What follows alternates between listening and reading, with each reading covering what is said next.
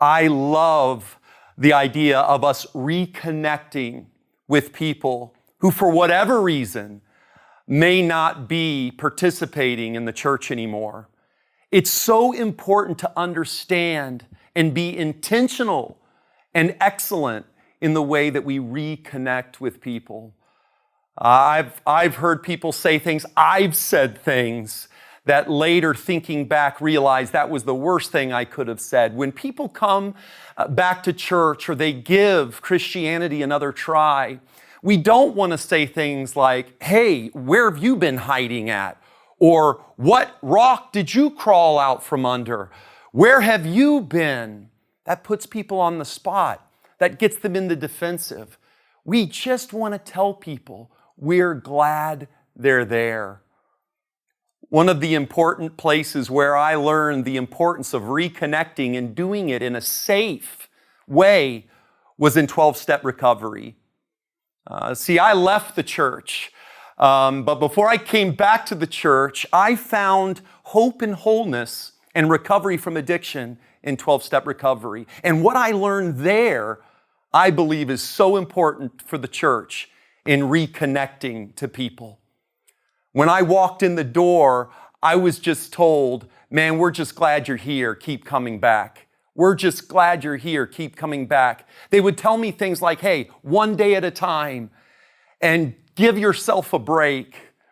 Don't be too hard on yourself. These kind of things were so important for me to hear early on.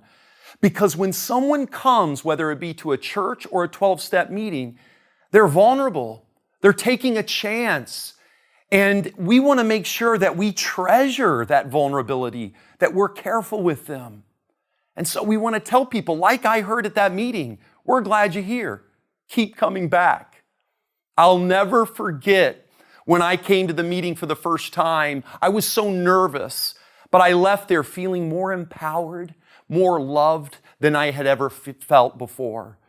We want people to come to church and feel that exact same way. You know, in recovery, sometimes people relapse and they go out. We won't see people for a year or two. When they get back, we don't say, hey, where have you been and what did you do? We just said, man, it's great to see you. Keep coming back. It works if you work it. Progress, not perfection. And these are so important.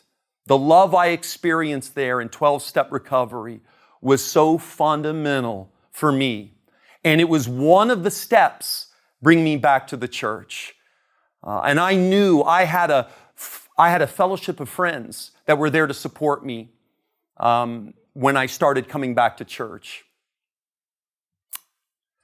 I knew this was so important for me. As I began to come back to church, I had more strength, I had more confidence. We want our churches to be that way when people come and we reconnect with them. The book talks about this concept of letting people merge on this superhighway. We want to make it easy. We want to get over and get out of the way. Too often, the church is too worried about what we like. We're focused on what we want instead of thinking about what does the new person think? What does the person who we're reconnecting want? What's going to make it easier for people to connect with Christ? We want to let people merge. We want to slow down and let people in so they can join us and we can reconnect with them and be an agent in their salvation. A part of that is the importance of being intentional and doing things with excellence. The book really brings out the importance of intentionality and excellence. Very often as I'm traveling around and I speak to churches and they talk to me and I ask them, well, what is the best attribute of this church? They will always tell me, well, we're a friendly church. We're just a good, friendly church. We're one of the most friendliest churches ever. Interestingly, I have heard some of the most unfriendliest churches say that very thing. The book brings out how we're friendly to people we like. We're friendly to our friends, but we don't even notice the people who are maybe walking in again for the first time in a long time. We want to make sure we're intentional about reaching people. So we have to stop thinking and assuming that we're friendly, and we have to start making sure that we're friendly. Look for people you don't recognize. Train your greeters. I have found that one of the most important ministries at any church are the greeters, because that is the first impression. We need to train our greeters. We need to train people on how to reconnect with people, what to say, what not to say. Dale Carnegie says that the most beautiful sound to anyone's ear is the sound of their own name. Let me tell you, nothing makes a more beautiful impression that you care than remembering someone's name. One of the tricks to remembering people's name is you say it back to them. When someone introduces themselves to you, you say it multiple times in the conversation, and you work towards remembering that name. And then the next time you see them, and you can say, "Hey, John. Hey, Bill.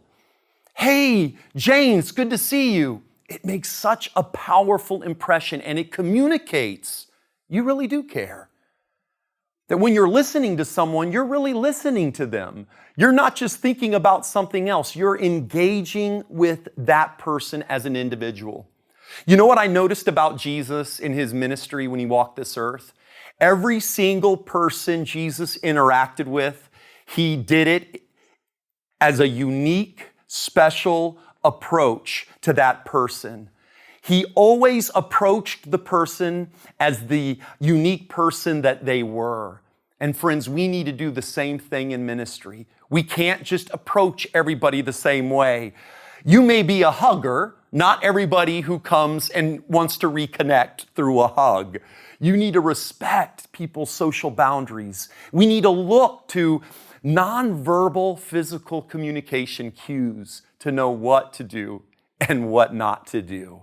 These are so important about being intentional. Having your worship service done with excellence. The sermon is connecting them to Christ. You're patient with people. People can come broken and get honest about what they're struggling with, and they're not going to be judged or penalized because they get honest. Let me tell you, honesty is the beginning of transformation. And if a church, people can't get honest, then they will not go to the church. If the church is not a safe place for people to get vulnerable, they won't come to the church. Make sure you're connecting people to Christ. Jesus said, "If I am lifted up, I will draw all people." All right, so make sure Christ is lifted up in the music, in every aspect of the worship service, in the community. People do not care how much you know until they know how much you care. I will never forget, early in recovery, my sponsor came up to me and asked me to make the coffee. I didn't really know how to make coffee at the time, but he told me, "Richie, the foundation of recovery is selfless service. That the best way to get out of your problem is to get out of yourself and to focus on serving someone else." He said, "Richie, the best way to keep what we have is by giving it away. So I understand you may not feel like you can make a good cup of coffee, but please help me and make that cup of coffee." And so I did. And let me tell you, I made that coffee. That was some potent coffee. People were dropping out of their seats. It was so strong. But you know what? As I took one sip of my own coffee and realized that stuff is terrible, I looked around the room and I saw all these people from my home group who loved me choking down and drinking that coffee. And they didn't drink it because it was good. They drank it because they cared about me. They loved me. And they wanted, my feelings were more important to them than their preference. And so they drank it. Now, they never asked me to make the coffee again, but they took a chance on me. And you know what? That seems like such a small thing. But friends, it is so important. We have got to communicate with other people that we care more for them than anything else, that we love them and we want to see them succeed. Let's be intentional with the way we connect people, and let's be ready to do worship with excellence and reconnect with the people that God is going to be sending back into your lives. We have come to the end of our resource, Chapter 4, Prepare. The word prepare actually reminds me of when our daughter Vanessa was born. Roger and we did all sorts of things to prepare our home to be able to receive her, make sure it was a comfortable place, make sure it was a safe place. And the same thing goes for each and every one of us. As we're thinking about those who are going to come and return to our church, we need to prepare our church, make it a safe place, a warm place. As you go to the end of chapter 4 and you answer these questions, keep these people in mind. Think of a name, make it personal to you.